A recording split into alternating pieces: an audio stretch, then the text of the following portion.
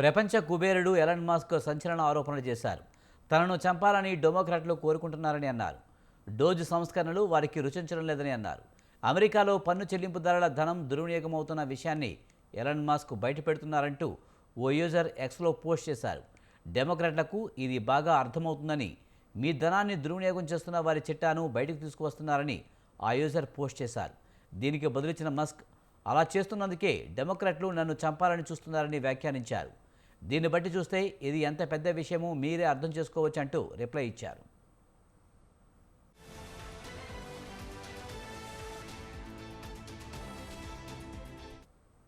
ప్రభుత్వ వ్యయాన్ని తగ్గించే విషయంలో దూకుడుగా వ్యవహరిస్తున్న మస్క్ ఇటీవల ఫెడరల్ ఉద్యోగులకు కీలక హెచ్చరికలు జారీ చేశారు.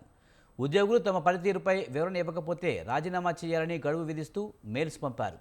ఈ నిర్ణయాన్ని ప్రభుత్వంలోని కొన్ని కీలక విభాగాలు తీవ్రంగా వ్యతిరేకిస్తున్నప్పటికీ అధ్యక్షుడు ట్రంప్ మాత్రం సమర్థించడం గమనార్హం.